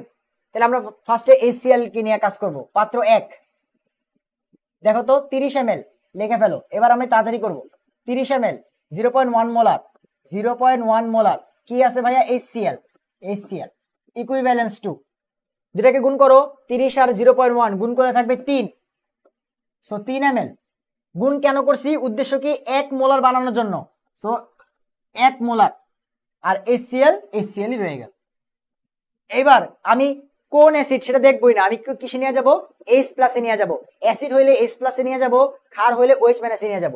সো তার জন্য কি করতে হবে, তুল্য সংখ্যা দ্বারা গুণ করতে হবে। এবার দেখো HCl এ হাইড্রোজেন আছে একটা, সো কয়টা হাইড্রোজেন দান করতে পারবে, একটাই, সো 1 দ্বারা গুণ করলে কি কোনো চেঞ্জ হবে না, তার কত থাকবে, একই থাকবে। সো 3 ml HCl যেই কথা, 3 ml 1 মোলার H প্লাস একই কথা। এই প্রথম পাত্র নিয়ে কাজ করা শেষ। সেকেন্ড পাত্রে আসো, সালফিউরিক অ্যাসিড কত আছে ভাই, 10 ml, জি ভাই, জি ভাই, সালফিউরিক অ্যাসিড ইকুয়ালস টু হচ্ছে 10 আর 0.5 গুণ করলে কত আসবে ভাইয়া, হাফ গুণ করলে 5 আসবে। সো 5 ml, এটাকে গুণ করছি কেন, 1 মোলার বানানোর জন্য সালফিউরিক অ্যাসিড। এবার আসো আমরা যে কোনো অ্যাসিড থেকে কই নিয়ে যাব, H প্লাসে, সো এটাকেও কি নিয়ে যাব H প্লাসে। সো এইটাতে এইটার হাইড্রোজেন দান করার ক্ষমতা কয়টা, 2টা, সো 2 দ্বারা গুণ করতে হবে, 2 দ্বারা গুণ করলে 5 হয়ে যাবে 10, 1 মোলার H প্লাস। শেষ, 2 নম্বর পাত্রের কাজ শেষ। এবার 3 নম্বর পাত্র, কত? Sodium hydroxide. সোডিয়াম হাইড্রোক্সাইড কত? 50 ml, 0.25 মোলার। তাহলে ইকুইভ্যালেন্ট করো 50 আর 0.25 গুণ করো,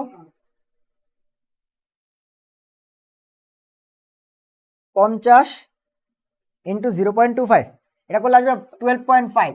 সো 12.5 ml 1 মোলার, এটা কি? Sodium hydroxide. তো সোডিয়াম হাইড্রোক্সাইড। ওকে, এরপরে ক্ষার হইলে কই নিয়ে যাবো? OHS, ওটাকে কিসে কনভার্ট করব? OH minus. এখন এটা কয়টা দান করতে পারে ভাইয়া? একটা। সো এক দ্বারা গুণ করলে কিছুই চেঞ্জ হবে না। সো 12.5 যা আছে তাই, 1 ml তো যা আছে তাই। শেষ, তিনটা পাত্রের এই ইকুইভ্যালেন্স দিয়ে কাজ করা শেষ। এবার তুমি তুলনা করো। প্রথম পাত্র থেকে আসছে 3 ml 1 মোলার H প্লাস, 2 নম্বর পাত্রে আসছে 10 ml 1 মোলার H প্লাস। আর কোন জায়গায় H প্লাস আছে? নাই। তাহলে টোটাল কত হইল? 3 আর 10 13। তাহলে টোটাল 13 ml হইল 1 মোলার H প্লাস। তাহলে H প্লাস কতটুকু আছে? 10 আর 3 13 ml 1 molar H plus. H plus শেষ। আর OH মাইনাস আছে 12.5 ml 1 মোলার OH মাইনাস। এবারও কে টিকছে দেখো তো, দুইজনকে মিলাই দেখো, ও আছে 12.5 আর ওরা দুজন মিলে টোটাল, এটাও একটা অ্যাসিড এটাও একটা অ্যাসিড, দুইজন থেকে H প্লাস আসছে, টোটাল 3 আর 10 13 ml, আর এটা হচ্ছে 12.5 ml। তাহলে কে টিকলো? অ্যাসিড বেশি না? 0.5 ml বেশি আছে না? তাহলে অবশিষ্ট H প্লাসটা বের করে দেখাও। অবশিষ্ট H প্লাস ইকুয়ালস টু হচ্ছে 3 আর 10 13, তার থেকে মাইনাস যাবে 12.5 ml, এবং সবার ঘনমাত্রা তো 1 বানাইছি ইচ্ছা করে, এই কাজটা করার জন্যই তো 1 বানাইছি। H প্লাস, তাহলে কত থাকবে? 0.5 ml 1 মোলার H প্লাস থেকে যাবে। তাহলে H প্লাস যেহেতু ঠিক গেছে, তাহলে মিশ্রণের প্রকৃতি কেমন? অম্লীয়। এখন যদি 50টা পাত্র দেয়, ধরো 10টা পাত্রে অ্যাসিড দিছে আর 10টা পাত্রে ক্ষার দিছে, তোমার কাজ কি? না তাকায় জাস্ট প্রত্যেকটা পাত্র লেখা শুরু করবা ইকুইভ্যালেন্স দিয়ে, এটাকে গুণ করবা এত ml 1 মোলার এই অ্যাসিড, সেই অ্যাসিডের তুল্য সংখ্যা দিয়ে গুণ করবা, যদি তুল্য সংখ্যা থাকে, আর যদি না থাকে তাহলে 1, গুণ করা দরকার নেই, যা থাকবে তাই। এরপরে যতগুলা H প্লাস আছে সব কাউন্ট করবা, যতগুলা OH মাইনাস আছে সব কাউন্ট করবা, দেখবা H প্লাস বেশি নাকি OH মাইনাস বেশি, যে বেশি থাকবে মিশ্রণের প্রকৃতি তেমন। H প্লাস বেশি থাকলে অম্লীয়, OH মাইনাস বেশি থাকলে ক্ষারীয়। শেষ।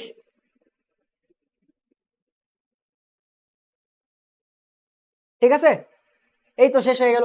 তাহলে এইভাবে আমরা কিন্তু চাইলে মিশ্রণের প্রকৃতি বের করতে পারি, এবং তুমি বই, পুস্তক, গাইড, টেস্ট পেপার যে কোনো জায়গায় দেখবা এইভাবে ম্যাথটা করা থাকে। ঠিক আছে, এভাবে করলে কেউ কাটবে না।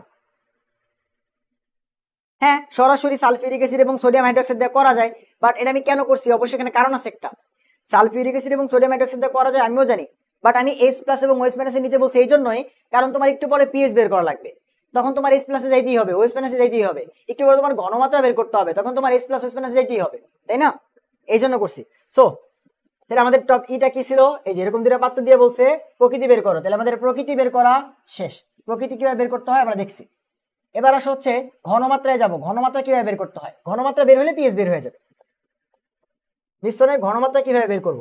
আচ্ছা দেখো তাহলে কতটুকু আছে? 5 ml 1 মোলার H প্লাস, তাই তো? দেখো বা আমরা এখানে হিসাব করি, ঘনমাত্রা হিসাব করি, উপরের একটা লাইন মুছে দিই।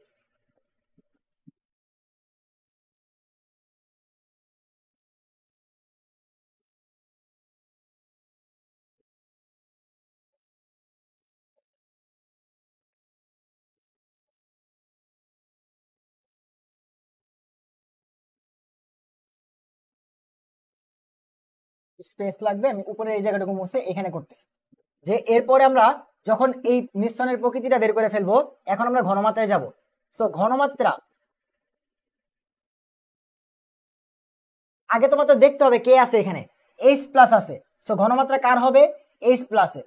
যদি OH মাইনাস থাকতো তাহলে ঘনমাত্রা কার হইতো? OH মাইনাসের। যেহেতু H প্লাস আছে ঘনমাত্রা হবে H প্লাসের। কিভাবে বের করব দেখো, ফার্স্টে তুমি চিন্তা করে দেখো, বর্তমানে আমরা কিন্তু এই ফর্মুলাটা জানি যে V1S1 ইকুয়ালস টু V2S2, এই ফর্মুলা কিন্তু আমরা জানি, তাই তো? V1S1 is equals two V2S2। তো সেখান থেকে যদি ফাইনাল ঘনমাত্রা বের করতে হয় কি করতে হয়? আগে কতটুকু ছিল V1, আগে ঘনমাত্রা কত ছিল? S1, ডিভাইডেড বাই কি করতে হয়, টোটাল এই পরের আয়তন V2, এটা ফর্মুলা আমরা জানি না, সেই ফর্মুলাটা এখানে অ্যাপ্লাই করব। দেখো আমাদের দেখতে হবে আগে কতটুকু ছিল, তাই তো?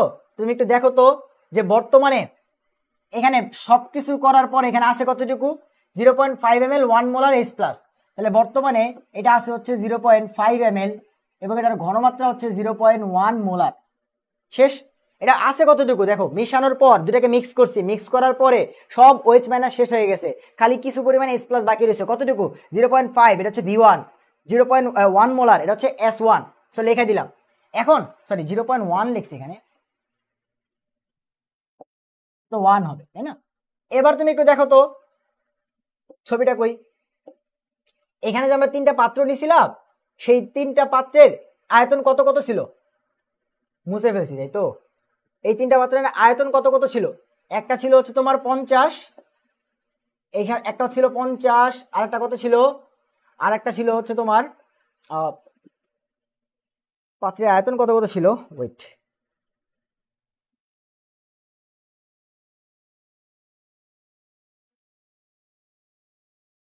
একটা ছিল হচ্ছে তোমার 30, আরেকটা ছিল 10, আরেকটা ছিল 50। দেখো 3টা পাত্র ছিল না, একটা ছিল হচ্ছে 30 ml, একটা ছিল হচ্ছে 50, একটা ছিল হচ্ছে 10 ml। এই 3টা পাত্রের যে মিক্স করলা তুমি একসাথে, এই 3টার আয়তন দ্বারা ভাগ করতে হবে। 3টা পাত্রকে একসাথে করে তো মিক্স করছি, তারপরে সব OH মাইনাস শেষ হয়ে গেছে, কিছু H+ বাকি ছিল, কতটুকু, 0.5 ml, দিলাম 0.5, 1 মোলার, 1 মোলার। এবং 3টাকে যে মিক্স করলাম, মিক্স করলে আয়তন কত হইলো, 30 যোগ 50 যোগ 10, তাহলে টোটাল 3টা পাত্রের আয়তন দ্বারা যোগ করে ভাগ করতে হবে, 30 যোগ 50 যোগ 10। তাহলে এই যে এইটা করলে আমাদের কি চলে আসবে ভাইয়া, এটা করলে আমাদের হাইড্রোজেন আয়নের ঘনমাত্রা চলে আসবে এত মোলার। টোটাল বুঝতে পারছো? তাহলে দেখো কত, 0.5 ডিভাইডেড বাই 90, এটা করলে আসবে হচ্ছে 0.0056 এত। এখন যখন এটা করা শেষ, দেখো এখন যখন এটা করা শেষ, তাহলে আমরা এই নিচেরটুকু মুছতেছি, এটা হচ্ছে ঘনমাত্রা। তাহলে আমাদের ঘনমাত্রা কিভাবে বের করতে হয় বুঝতে পারছো? ঘনমাত্রা কিভাবে বের করবো একবার রিক্যাপ করতেছি। লাস্টে যে থাকবে H+ থাকলে এখানে H+ এর ঘনমাত্রা বের করব, OH মাইনাস থাকলে OH মাইনাস এর ঘনমাত্রা বের করব। এবার ও যতটুকু থাকবে সেটা হচ্ছে ওর আয়তন, উপরে লিখবো কত ঘনমাত্রা, 1 থাকবে, কারণ এটা আমরা ইচ্ছা করে 1 বানাইছি। 1 ভাগ করব কাকে দিয়ে, যতগুলা পাত্রকে যোগ করছি, মিক্স করছি, সবগুলা পাত্রের আয়তন দ্বারা ভাগ করব। তাহলে যেটা আসবে সেটা হচ্ছে ফাইনাল ঘনমাত্রা, ফাইনাল। এখন যেটা আসছে এটা হচ্ছে ফাইনাল ঘনমাত্রা, ঠিক আছে? এবার এবার পিএইচ, হাইড্রোজেন আছে মানে পিএইচ বের করতে পারবো। পিএইচ কত, মাইনাস লগ অফ H+। দেখো তো এইটাই তো বের করছি, বসায় দাও, মাইনাস লগ অফ হাইড্রোজেন আয়নের ঘনমাত্রা কত, 0.0056। শেষ, পিএইচ চলে আসছে। তার মানে পিএইচ জাস্ট এক লাইন, ফার্স্টে মিশ্রণের প্রকৃতি, সেখান থেকে ঘনমাত্রা বের করলে পিএইচ জাস্ট এক লাইন, আর ক্ষার হইলে একটু বাড়বে, পিওএইচ বের করতে হবে, 14 থেকে বাদ দিয়ে পিএইচ বের করতে হবে। তাহলে এই হচ্ছে পার্থক্য। বলো বুঝছি, পিএইচ মিশ্রণের ঘনমাত্রা এবং হচ্ছে কিভাবে বের করব।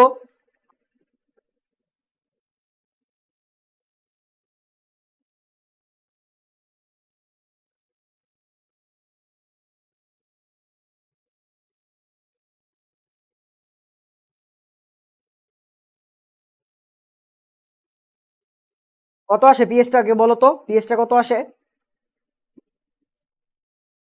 হয়তো যা আসবে পিএইচ 2.251 আসে নাকি, আচ্ছা দেখো যা আসবে তাই আনসার, যা আসবে তাই আনসার। তাহলে স্টেপ বাই স্টেপ কি, টোটাল এমএলটা V2 তে হবে না, লিটারে নেওয়া লাগবে না, কারণ উপরেও এমএল লিখছি, নিচেও এমএল লিখছি, এমএল এমএল কাটাকাটি গেছে, খালি ঘনমাত্রা এম পড়ে আছে, লিটারে নেওয়া লাগবে না, লিটারে নিতে হবে না।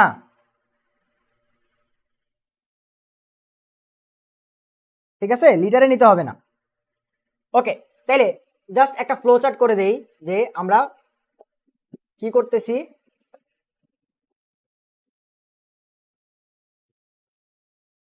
বুঝছো, আমাদের পাত্র দিবে, এখানে যতগুলা পাত্র থাক, দেখো আমি ফ্লো চার্টটা বলতেছি। কি করব, এই পাত্রের জন্য হিসাব করব যে এইটা কতটুকু, কত এমএল, কত মোলার এবং এখানে যা থাকে H প্লাস OH মাইনাস। এইটার জন্য হিসাব করব যে কত ml কত মোলার H প্লাস থাকতে পারে OH মাইনাস থাকতে পারে। এইটার জন্য হিসাব করব যে কত ml কত মোলার এখানে কি আছে। এবার যদি আরো পাত্র হয় তাহলে সেটার জন্য হিসাব করব, দেখবো H প্লাস গুলাকে যোগ করব এবং OH মাইনাস গুলাকে বিয়োগ করব, করে দেখবো কোনটা বেশি আছে। যে বেশি থাকবে মিশ্রণের প্রকৃতি ওইটা হবে। যদি অ্যাসিড বেশি H প্লাস বেশি থাকে তাহলে অম্লীয়, যদি OH মাইনাস বেশি থাকে তাহলে ক্ষারীয়। এটা হচ্ছে ফার্স্ট টাইপ প্রকৃতি। এরপর যখন এটা বের করে ফেলবো, ধরো লাস্টে গিয়ে আমাদের H প্লাস বাকি রয়েছে কতটুকু, ধরো 10 ml 1 মোলার H প্লাস, এটা বাকি রয়েছে, ধরো এটা বাকি রয়েছে, এটা হচ্ছে অ্যান্সার। তখন তুমি ঘনমাত্রা কিভাবে বের করবা, ঘনমাত্রা বের করবা এইভাবে, কতটুকু বাকি আছে 10, দাও 10 ইন্টু কত ঘনমাত্রা 1, গুণ করো 1, ভাগ করবো কাকে দিয়ে, এই যে টোটাল এই পাত্রের আয়তন যোগ এই পাত্রের আয়তন যোগ এই পাত্রের আয়তন, তিনটা পাত্রের টোটাল আয়তন দ্বারা ভাগ করবা। ভাগ করলে এই যে ফাইনাল ঘনমাত্রা চলে আসবে। আর ঘনমাত্রা পেয়ে গেছি মানে পিএইচ সমান সমান কি, minus log of H plus. এখন যদি ভাইয়া OH মাইনাস বাকি থাকে, ধরো OH মাইনাস বাকি আছে হচ্ছে 10 ml 1 মোলার, তাহলে তুমি কি করবা, সেম ভাবে OH মাইনাস আয়নের ঘনমাত্রাটা বের করবা। কতটুকু আছে ভাইয়া 10, ঘনমাত্রা কত ভাইয়া 1, ভাগ করবো কি এই যে টোটাল তিনটা পাত্রের আয়তন দ্বারা। কিন্তু OH এর তো আর পিএইচ বের করা যায় না, আগে কি বের করতে হয়, পিওএইচ। তো ওর জন্য আগে তুমি পিওএইচটা বের করবা, এরপরে 14 থেকে পিওএইচটার মানটাকে বাদ দিলে তুমি কি পেয়ে যাবা, তারপরে পিএইচ পাবা। বুঝতে পারছো, এইটাই হচ্ছে কাহিনী। তাহলে আমাদের পিএইচ সংক্রান্ত স্ট্রং অ্যাসিড, স্ট্রং বেস, তারপর হচ্ছে দুর্বল অ্যাসিড, দুর্বল বেস, এদের যতগুলা কনসেপ্ট ছিল, যত টাইপের ম্যাথ আসতে পারে পরীক্ষাতে, সেগুলো কিন্তু আমরা দেখছি। কথা বুঝতে পারছো? অর্থাৎ পাত্রের ম্যাথ, মিশ্রণের ম্যাথ, ঘনমাত্রা বের করো, পিএইচ বের করো, পিওএইচ বের করো, তারপর হচ্ছে দুর্বল অ্যাসিড, দুর্বল ক্ষারের কে, কেবি, আলফা, এগুলো আমরা কিন্তু দেখলাম। ঠিক আছে, আমাদের জাস্ট এখন আর একটা টপিক বাকি আছে, সেটা হচ্ছে আমাদের বাফার। আমাদের জাস্ট আর একটা টপিক বাকি, সেটা হচ্ছে বাফার দ্রবণ। ঠিক আছে, একটু ওয়েট, একটু পানি খাবো।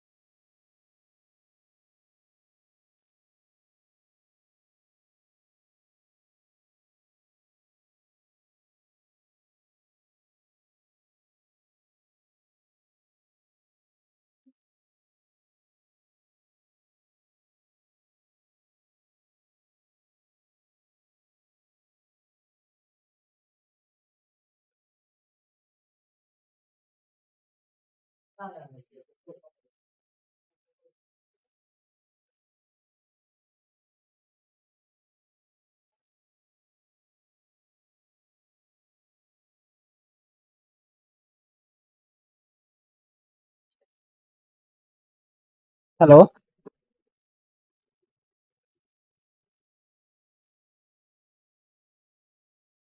তুমি কি ভয়েস শুনতে পারতেছো? আচ্ছা, আমাদের প্রথম যে দুটো টপিক ছিল, দেখো কোনটা কোনটা, আমরা আজকে টোটাল 3টা টপিক কভার করার কথা, 2টা টপিক কভার করার কথা ছিল। তার মধ্যে আমরা কিন্তু হচ্ছে দুর্বল অ্যাসিড এবং দুর্বল ক্ষারের যে টপিকটা আছে সেইটা, এবং স্ট্রং অ্যাসিড এবং স্ট্রং বেসের যে টপিকটা আছে সেটা কভার করছে। আমাদের জাস্ট খালি বাফারটা বাকি আছে। ঠিক আছে, আমাদের জাস্ট শুধু বাফার দোবনের যে টপিকটা সেটা বাকি আছে, তাই তো? আমরা এই বাফার দোবনের ক্লাসটা 7 তারিখে করব। কারণ হচ্ছে আজকে আমি ক্লাসটা নিতে পারবো না, কারণ হচ্ছে তোমাদের ওই তারেক ভাইয়ের ক্লাস আছে আর কি, 2টা ক্লাস আছে টানা, উনি হচ্ছে ক্লাসটা নিবেন। তো এখন আমি আর ক্লাসটা নিতে পারবো না, কন্টিনিউ করতে পারবো না, কারণ এমনিতেও দেখো 4:22 বাজে। আমার ক্লাস শুরু করার কথা ছিল 2টায়, আমি হচ্ছে লেটে আসছি। তারপর হচ্ছে আবার এখানে টেকনিক্যাল সমস্যা ছিল, ক্লাস শুরু করতে করতে 4টা বাজছে, ওই সাউন্ডে আবার সমস্যা হয়েছিল। তো এখন আজকের ক্লাসটা এখানে মূলত শেষ করতেছি। 1 ঘন্টা 20 মিনিটের মতো হয়েছে। আমাদের বাফারের ক্লাসটা আমরা 40 মিনিটস এর মতো লাগবে, 7 তারিখে আমরা করব, ঠিক আছে?